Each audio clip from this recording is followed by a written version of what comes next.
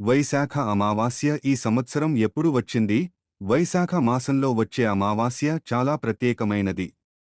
సాధారణ అమావాస్యలతో పోలిస్తే వైశాఖ అమావాస్యకు ఎక్కువ పుణ్యఫలం ఉంటుందని నమ్ముతారు. 2026లో వైశాఖ అమావాస్య ఏప్రిల్ 16న రాత్రి 8:11 గంటలకు మొదలై ఏప్రిల్ 17న సాయంత్రం 5:21 గంటలకు ముగుస్తుంది. సూర్యోదయం ప్రకారం లెక్కించే ఉదయ తిథి ప్రకారం ఏప్రిల్ 17న అమావాస్యను పాటించాలని పండితులు చెబుతున్నారు.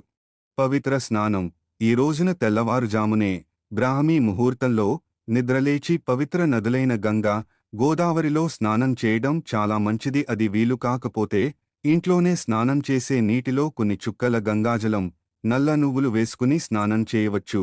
స్నానం చేసిన తరువాత సూర్య భగవానుడికి అర్ఘ్యం సమర్పించడం ఆచారంలో ఒక భాగం. ఉపవాసం వైశాఖ అమావాస్య రోజున పండ్లు మాత్రమే తిని ఉపవాసం ఉండటం మంచిది.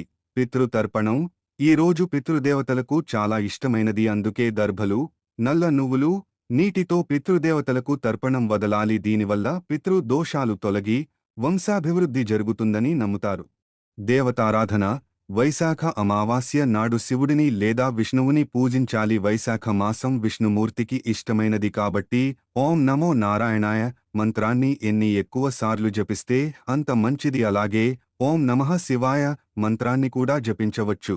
దానధర్మాలు ఈ రోజున చేసే దానాల వల్ల అశ్వమేధ యాగం చేసినంత పుణ్యం వస్తుందని పురాణాలు చెబుతున్నాయి. వైశాఖ మాసంలో ఎండ వేడి ఎక్కువగా ఉంటుంది కనుక దాహంతో ఉన్నవారికి మంచినీరు, మజ్జిగ, పెరుగన్నం, విసనకర్రలు, గొడుగులు, చెప్పులు దానం చేయడం చాలా పుణ్యాన్నిస్తుంది. రావి చెట్టు పూజ పూర్వీకుల పేరు మీద వస్త్రదానం చేయడం మరియు రావి చెట్టు దగ్గర దీపం వెలిగించడం వల్ల పితృదేవతల ఆశీస్సులు కలుగుతాయి.